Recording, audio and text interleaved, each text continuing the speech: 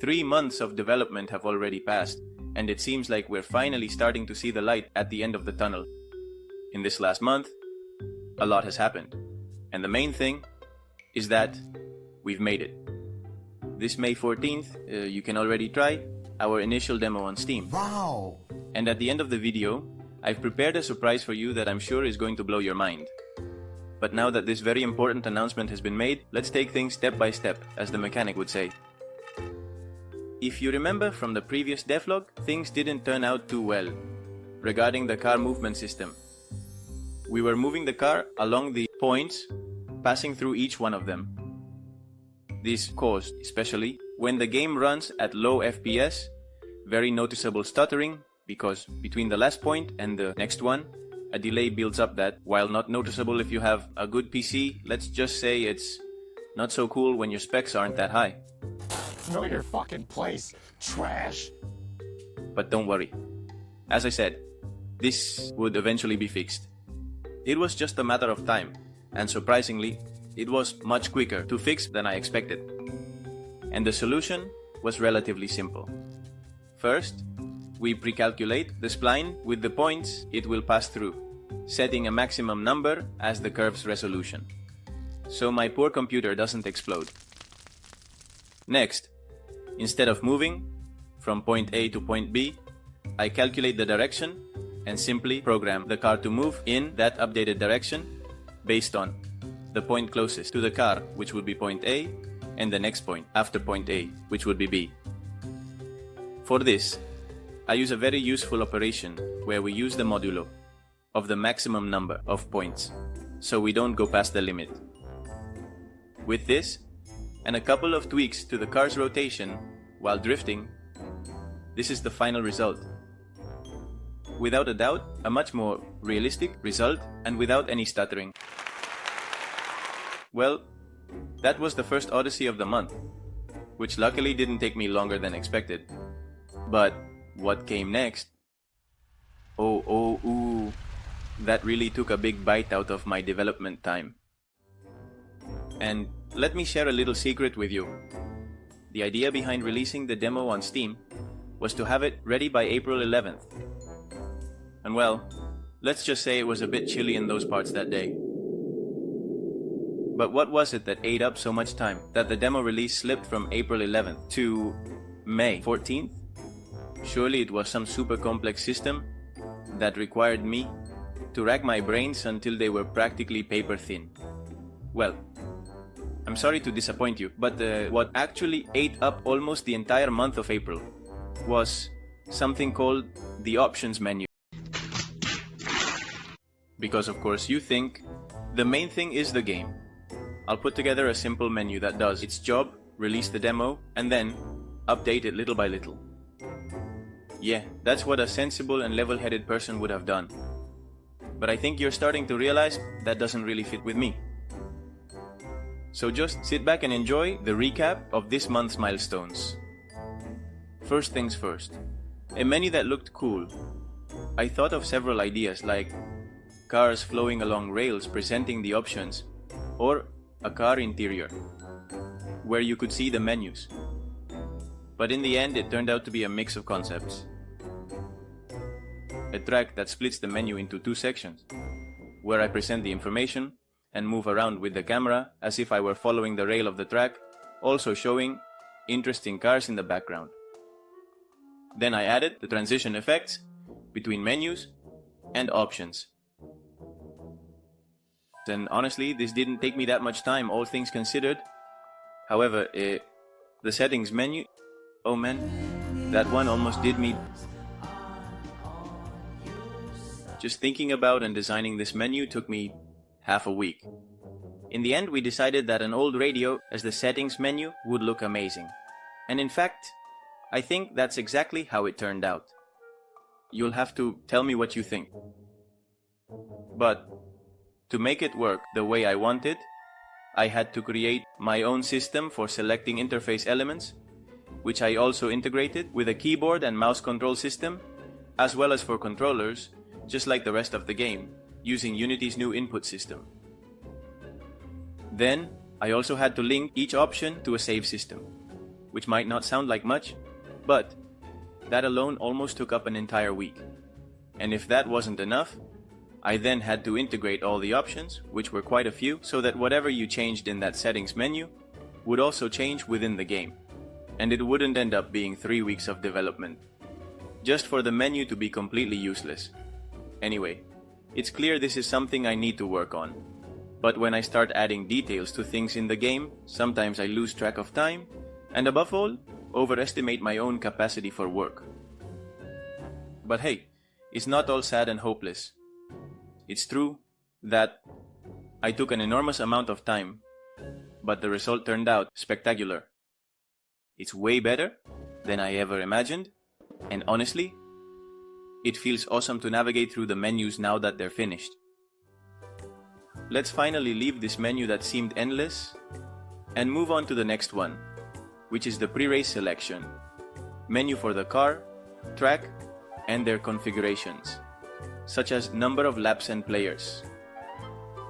I thought it would be cool, besides being able to choose the cars, to also configure them in garage mode, but let's just say I had already spent too much time on the demo, and I absolutely had to release it by May 14th. So I scrapped that idea, at least for now. Although, I did develop a garage scene that I think turned out pretty cool. Let me know what you think in the comments, and if you like the idea of customizing the cars. In the end, the idea became something simpler, just directly selecting the cars. Nothing more. But for that, I thought about giving the game a different theme. Up until now, the game was about simulating that you were entering the game world, showing a complete environment, like the Fuente Alamo track I showed in the first devlog. But I realized that this didn't convey the main idea of the game, which was miniatures, and it was also a lot more work. So I decided to scale everything down to a more manageable environment as a surrounding setting. In this case, a room. Very much in the style of an American basement from the movies. And within this controlled environment, we could place the menus and the play area. For car selection, we thought about using the classic shelf, with model cars in their transparent boxes, complete with the typical sticker indicating the category. And the final result was a 10 out of 10. Then, to choose the track and race configuration, we decided it would be a great idea to use a workbench with loose parts, and in the center, a blueprint showing the design of the track to be selected. And right after that, add the number of laps. And the whole flow ended up like this.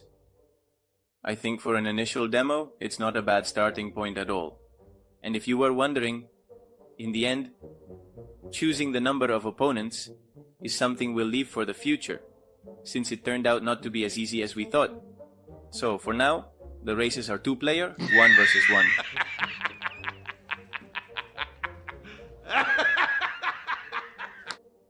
The end was getting close, since we had already programmed the racing system in advance. And the fixes to the system were already done, which made things much easier for us and allowed us to add some features that I think provide a super immersive experience. As for the play area, we set it up on a huge table near the center of the room so that all the tracks would fit and the room would be visible in the background. With the play area, we started to define which tracks would be included in this demo, and decided to include Fuente Alamo, Montmeló, and 2 classic scalextric tracks, which would be an oval and a figure 8. We believe that, for an initial demo, these 4 tracks are just right. To give the game a higher level of immersion, we prepared a series of introductory cinematics for each track, accompanied by a commentator's introduction to set the stage. 8X is not your average track. We're talking tight turns, a mid-track elevation change, and non-stop curveballs. Those sharp ends will eat up your brakes. Stay smart, stay quick, and ride the rhythm to the top.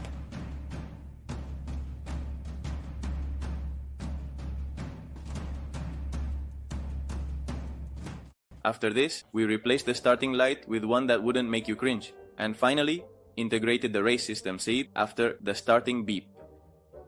And we thought that, to make the race a unique experience, we should include 3 types of cameras with plenty of configuration options so you can set them up just the way you like. and these were closely follows the player, which you can zoom in and rotate around, making it more personal. Another camera that follows you from above, like a helicopter view. And finally, one that covers the entire track so that the most competitive players can really enjoy it. We also improved the artificial intelligence of our rival driver. Let's call him Bob. We gave Bob 3 difficulty levels: Newborn Bob, Student Bob, and Devil Mode Bob. All the Bobs are adjustable in the game's difficulty settings, so it can be a challenge or not, depending on your preference. In the end, it all depends on whether you want to take it easy, or you'd rather sweat blood to win. No, la policía, no, porco Dios. The most important thing was still left, the thing that would turn the game from a potato into a French fry: the music. And not just the music, the sound effects were important too. This part wasn't hard. We just looked for copyright-free music, since at the moment our wallets are about as empty as our Steam wish lists. Add it, come on, if it's free. But for now, we had to spend a couple of days making sure we could use each of the songs. And finally, we added all the menus based on which music fit best for each area of the game. And for the race, we thought that since the settings menu was a radio, why not make the race music a radio too? Honestly, I think this idea is one of the best we've had, because just imagine it.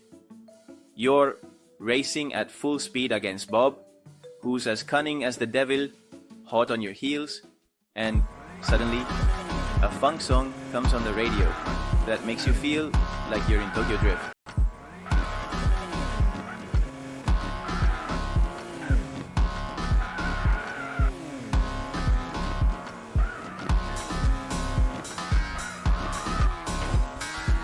Or in another case, you're super frustrated because you keep derailing and all you want to do is cry, but then your favorite lo-fi song comes on the radio and suddenly you're just chilling like crazy.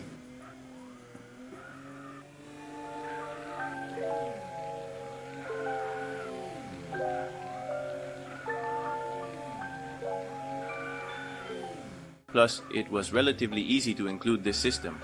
And for the demo, we've prepared a funk radio and a lo-fi radio for you to enjoy, which we think fit perfectly with the race. And another radio with nothing, in case you just feel like listening to the engine. And regarding the engine, I should point out that for this particular sound effect, I implemented a system to interpolate different engine sounds at various intensities, depending on the speed. So you can feel that the car has a life of its own. And well, after adding a couple of drifting and derailment effects, we have the complete game. No. Obviously we need a podium, so I thought that even though second place usually isn't remembered, in this game we don't leave anyone behind, so I put it in a corner. And now, yes, to wrap things up, we set up a dedicated Steam page for the demo, and opened the community so you can stay up to date with all the news and events. Like, for example, that the demo will be available on May 14th, so everyone can try it out and let me know what you think. Most likely, I'll publish this video on May 14th, or a little earlier. So, if it's not today, it'll be soon. So, hurry up, go, try it out, and let me know what you think. And now, for those of you who made it to the end of this video, I'm pleased to announce the surprise I had prepared. We've organized a giveaway. In this exciting giveaway, the lucky winner will have the unique opportunity to add their very own car, or absolutely any car they want, fully customized just for the winner, into the game. A truly incredible prize of your choice. To participate, you just need to scan the QR code I've placed on the main menu of the game, the demo version, and fill out the form on the page. That QR code will take you to, the form is simply to get your feedback on the game, what you'd like to see, and to have you help a bit with the testing. Don't worry, there are only a few questions. And now, I can truly say that we've reached the end of the demo, and there's still a ton of work left to do. Please help me.